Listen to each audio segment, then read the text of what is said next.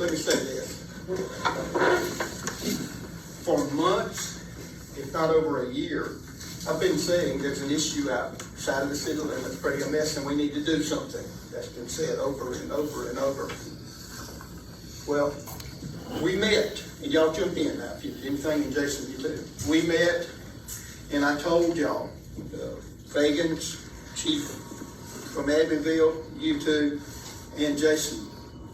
And I said, I know nothing about EMS. This was the first meeting, and I said, y'all, give us an idea as to what we could do to help the EMS issue outside the city limits. Well, I went to a little training course a couple of weeks later in Prattville, and they talked about a $20 million grant the public safety or EMS and fire department people could get some of that money. So I asked them to come back and let's meet again. But we needed to put a plan together. Well, we talked and we left, and then during the meantime, the two mayors and the judge and I met, and we talked a little bit about it. Well, we got down the road a little bit further, and I asked for something, numbers. All the time we've talked about numbers. Well, Matt sent a $1.4 million proposal. The way it's written, it indicates $900,000 each year would need to be budgeted to maintain that. Representing the county, I thought that was way too high. Because I looked at some numbers, and I'll give you an example of those numbers. According to Chief Fagan's, Abbeville spent $400,000 last year on EMS. They recovered $300,000 of that. So that meant they were out $100,000 in Abbeville alone. I couldn't see where $900,000 fit anywhere. So, well, we re-met.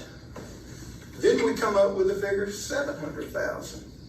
And it didn't, to me, make sense. Because I'll say this too, when I told you a while ago, in 2024, December, the deadline for premium pay, that's the deadline for this money too. So whatever we do beyond December 2024, you need to be prepared to maintain it. Once you offer a service to people, you really need to continue to offer it. So if we talk about our premium pay money and we talk about $900,000, we're talking about well over $1 million from the 2020 budget to December to 2025. Well, my concern is that you don't get in a position 5 or 6 years from now and you can't afford it and you have to stop it. We shouldn't commit to anybody anything that we can't continue to do.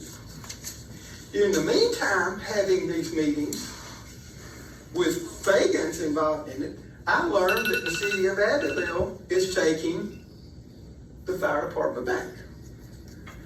Well, Fagan's has been his name prepared to be signed for every one of these agreements we come up with. Well, that totally eliminates anything that's been talked about because Fagan's is obviously not capable of negotiating with us because it becomes the city of Abbeville's obligation at that point. So then we went to the city of Abbeville and I asked this question. If we provided the funding for one crew, the primary responsibility was to go to the people outside the city limits that has absolutely nothing right now. What would it cost us? Well, they put numbers together that was $350,000 with the understanding if the revenues was greater, we would not spend $350,000, whatever the final number would be. My suggestion would be that we do that for the people outside the city limits and continue to talk to Headland and see what they can help us with to help the people on the south end of the county.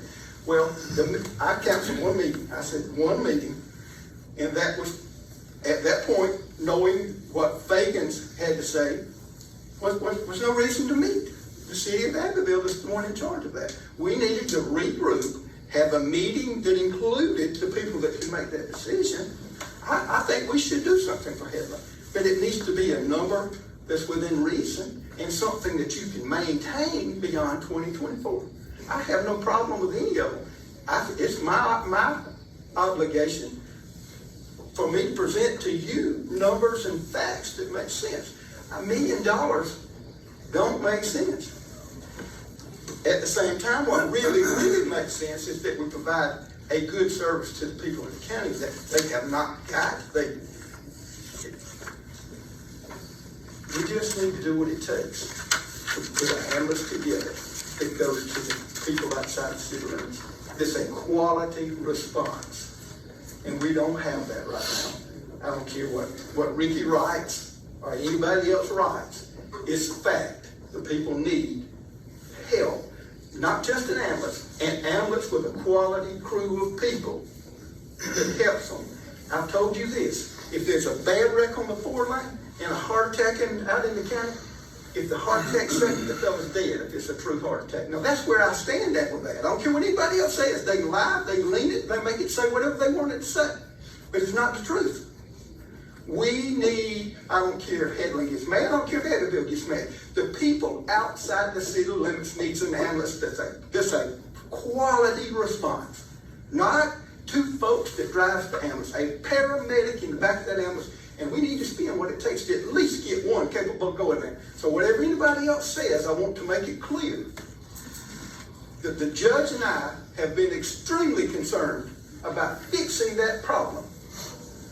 And we don't seem to be able to get together with almost nothing. There's absolutely no issue that comes up that two people can sit down at the table and agree on anything. And it's ridiculous that we are in this point because it's about the people in this county, not about us. It's always about us and our egos. You know, almost 40 years I've been around public safety. 2 or 3 different places. I have never seen it get so screwed up when it comes to making a decision. And you know what? That's not the people that gets it screwed up. It's the lying blogs that gets put out there. It's the mess that gets swirled around. It's slanted to make it look their way. And it's time for y'all to step up and say, we're not going to do that anymore. We're going to stop making decisions based on what Rickey Stokes writes. It's time to do that. It's time for us to make decisions based on what's best for the people. And that's you know, and I don't mean to be preaching, but that's just the truth. It is what's best for the people. And it's time for us to do that.